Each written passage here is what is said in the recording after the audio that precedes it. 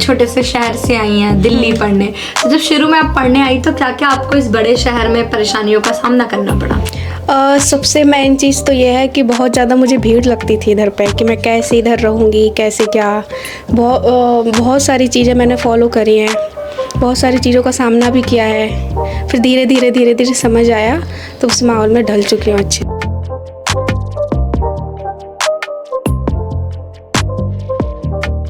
मुखर्जी नगर में पढ़ना आपको क्यों अच्छा लगता है? ऐसा क्या मिलता है आपको मुखर्जी इधर नगर? का एटमॉस्फेयर बहुत अच्छा है। स्टूडेंट्स वगैरह किसको देखती हूँ, लाइब्रेरी वगैरह में जाती हूँ, किसी को पढ़ते देखती हूँ, तो अपने आप में एक मोटिवेशन आपको मोटिवेशन मिलता है आता है पढ़ने के लिए।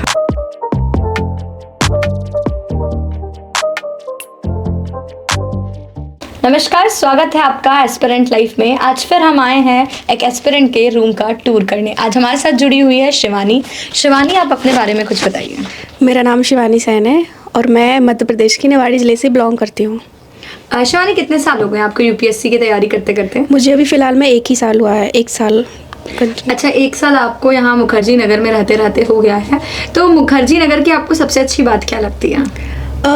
सबसे अच्छी बात अगर माने तो मुझे पढ़ना अच्छा लगता है इधर।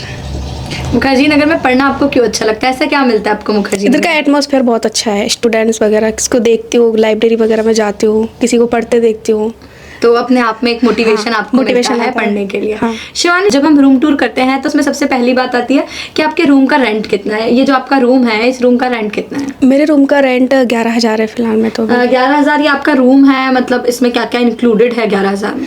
इसमें ऑल फैसिलिटीज़ हैं। सुबह जैसे? ब्रेकफास्ट, दिन में खाना रहता है हमारा, रात का खाना रहता है। अच्छा अच्छा, हाँ, फुल दिन का खाना, रात का खाना। और कितने हजार का ये पीजी है? ये 11,000 देते हैं। 11,000 में कितने लोग रहते हैं इस पीजी? मैं ओनली सिंगल रहती हूँ। अच्छा, सिंगल रूम आपका 11,000 का है। हाँ। तो आप एक एस्पिरेंट है, आपका शेड्यूल क्या रहता है? शेड्यूल वही, मैं सुबह से उठती हूँ, जी। फिर उसके बाद मेरी 8 से 10:30 बजे तक क्लास रहती है। फिर उसके बाद आके वही अपना रूटीन होता है, खाना वाना खा के पढ़ती हूँ। किसी दिन लाइब्रेरी जाना हो तो लाइब्रेरी जाके वहाँ पे पढ़ती हूँ। अभी तो काफ़ी टाइम से नहीं जा रही हूँ, लेकिन अभी फ़िलहाल में रूम पे स्टडी हो रही है मेरी। कितना घंटा पढ़ाई होती है आपके दिन में? वही हो जाती है 6 से 7 घंटे। अच्छा, जो कमरा है एक एस्पिरेंट का, उसमें क्या क्या ज़रूरी सामान होते हैं?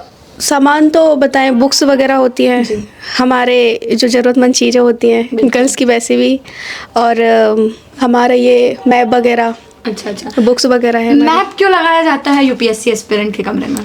मैप इसलिए लगा कि हमें समझ आए कि मतलब क्या कहाँ है, मतलब कौन सी जगह कहाँ है, बार बार एकदम। हाँ। अच्छा, जो नोट्स हैं, नोट्स भी आपके पीछे लगे हुए हैं, तो नोट्स कैसे बनाते हैं आप? नोट्स कैसे अरेंज करते हैं? पूरे इतने सारे नोट्स होते हैं आपके। फिलहाल में तो जब से मैंने क्लास अटेंड की है, कोचिंग स्टार्ट की है, मई में की थी मैंने, तो उसी हिसाब से मैं अपनी क्लास के अकॉर्डिंग नोट्स बनाती हूँ। शॉर्ट नोट्स वगैरह हैं, ये टाइम टेबल चिपका के रखा है मैंने, जो पिछली साल जब आई थी मैं, तो उसी के फॉलो करती हूँ। क्या भावनाएं लेकर, क्या मोटिवेशन लेकर आप यूपीएससी की तैयारी करने दिल्ली आई हैं?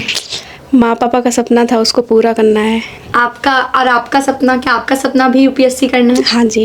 जैसे मैं आपके कमरे में देख रही हूँ, आईपीएस लिखा है, तो मतलब अगर यूपीएससी निकलता है तो फर्स्ट प्रायोरिटी आपकी क्या रहेगी, क्या बनना रहेगी? मुझे आईपीएस ही बनना है। अच्छा, आपको आईपीएस ही बनना है। और बेसिकली अगर हम आपके कमरे में नज़र डालें तो हमें फोटो दिख रहा है भगवान जी के, हनुमान चालीसा आपने पूरी लगा के रखी है। तो मतलब क्यों ये भगवान जी और हनुमान चालीसा लगाने का क्या उद्देश्य है? हमारे घर पे मतलब शुरुआती से सब मम्मी सिखाया है कि सुबह से पूजा वगैरह करना, और उसके अलावा फिर मेरा इनमें मन लगता है हनुमान जी की पूजा करने में। उनका बजरंग बाण मुझे पूरा पता है और उसको फॉलो करती हूँ, और पूजा तो वैसे भी चलती है हमारी दोनों टाइम। क्या ये सब चीज़ें आपकी पढ़ाई में मतलब आपको ज़्यादा फोकस कर पाती हैं आप इन सब चीज़ों को करने के बाद? क्योंकि ऐसा कहा जाता है कि अगर हम स्पिरिचुअल होते हैं, भगवान की तरफ होते हैं, तो जो हमारा केंद्र है, मतलब जो हमारा कंसंट्रेशन है, वो ज़्यादा होता है। क्या ये सही बात है? हाँ, पढ़ाई में अगर मैं मानूँ तो जिस टाइम मैं डिप्रेस्ड, अगर स्ट्रेसफुल वगैरह रहती हूँ, तो सबसे पहले मैं बजरंग बाण ही पढ़ती हूँ। अच्छा। हाँ, उसके बाद जाके पूजा वगैरह, ये मेरा रोज का रहता है। जैसे कभी मैं परेशान रहती हूँ तो मतलब उन्हीं को ही याद करती हूँ। अब जैसे आप एक छोटे से शहर से आई हैं दिल्ली पढ़ने, तो जब शुरू में आप पढ़ने आई तो क्या क्या आपको इस बड़े शहर में परेशानियों का सामना करना पड़ा? सबसे मेन चीज़ तो ये है कि बहुत ज़्यादा मुझे भीड़ लगती थी इधर पे कि मैं कैसे इधर रहूँगी, कैसे क्या। बहुत सारी चीज़ें मैंने फॉलो करी हैं, बहुत सारी चीज़ों का सामना भी किया है। फिर धीरे धीरे धीरे धीरे समझ आया, तो उस माहौल में ढल चुकी हूँ अच्छे से। क्या आराम से। होता है ना कि एक छोटे शहर की जो लड़की होती है वो बड़े शहर में आकर पढ़ने में डरती है। उसे डर लगता है कि कैसे क्या होगा, आप भी एक छोटे शहर से आई हैं, आपके मन में भी बहुत सवाल होंगे, लेकिन आपने हर सवाल से मतलब जीत कर आप मतलब यहाँ पढ़ाई कर रही हैं। तो जो लोग हैं जो कहते हैं कि मतलब मैं तो नहीं जा पाऊंगी दिल्ली पढ़ने, या मतलब मेरे से वहाँ मैं सरवाइव नहीं कर पाऊंगी, तो उन लोगों के लिए आप क्या कहना चाहेंगी?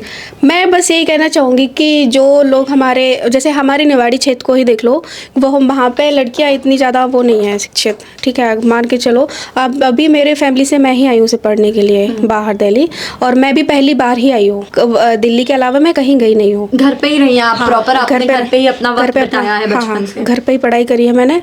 और सबसे यही कहना चाहूँगी कि सबको बाहर आके देखना चाहिए।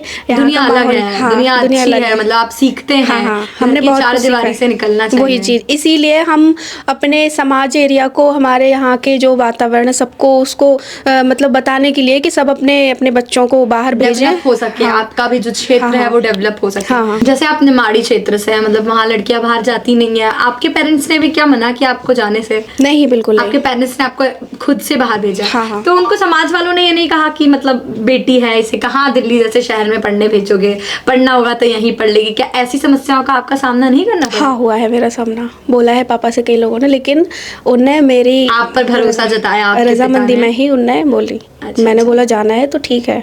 ठीक है, जाना है। तो फिर मतलब अभी कितने अटेम्प्ट, अभी आपका कोई अटेम्प्ट नहीं हुआ? नहीं, अभी नहीं। पहला अटेम्प्ट कब है आपका? पहला टाइम 2025 में है तो मेरा। कैसी तैयारियां चल रही हैं आपकी? तैयारी तो अभी चल रही है अच्छी। अच्छा, हाँ, कितने घंटे की पढ़ाई कर लेती हैं आप सुबह से? अभी 6 से 7 घंटा पढ़ लेती हूँ मैं। और किसी दिन अगर जैसे कोचिंग की सुबह से क्लास ना हो तो मेरा पूरा रात स्टडी चलती है। अच्छा, मतलब पहले आपको प्रीलिम्स की तैयारी करनी है, फिर मेंस की तैयारी करनी है, तो ये जो तैयारियां हैं ये आप साथ साथ ही कर लेती है दोनों एग्जाम की, या मतलब पहले प्रीलिम्स का सिलेबस कंप्लीट कर लिया? आपकी स्ट्रेटेजी क्या है इस एग्जाम को लेकर?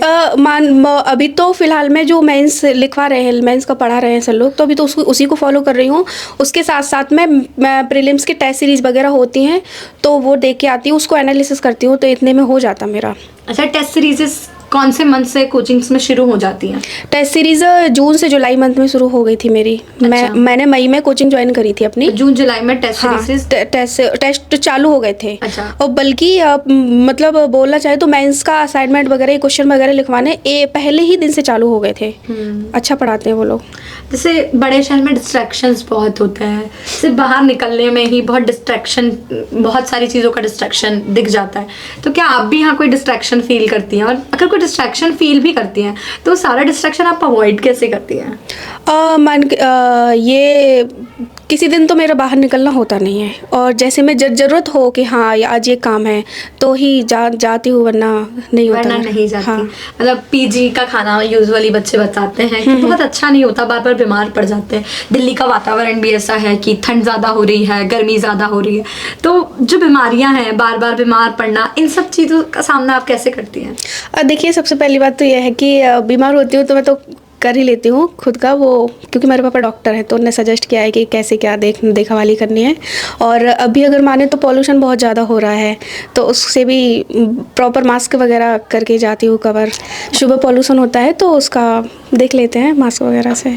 क्या होता है कि यूपीएससी की जर्नी अपने आप में बहुत आपको मेंटल स्ट्रेस देती है, तो इस मेंटल स्ट्रेस से बचने के लिए आप क्या करती है? कभी कभी मन होता होगा कि पढ़ाई ही ना करूँ, पर आपको पढ़ना तो पड़ेगा ही, उस वक्त आपको क्या ख्याल रहता है? कि उस वक्त मैं अपने भाई को कॉल करती हूँ या फिर पापा को कॉल करती हूँ, और वो आपको मोटिवेट कर देते हैं? अरे वाह।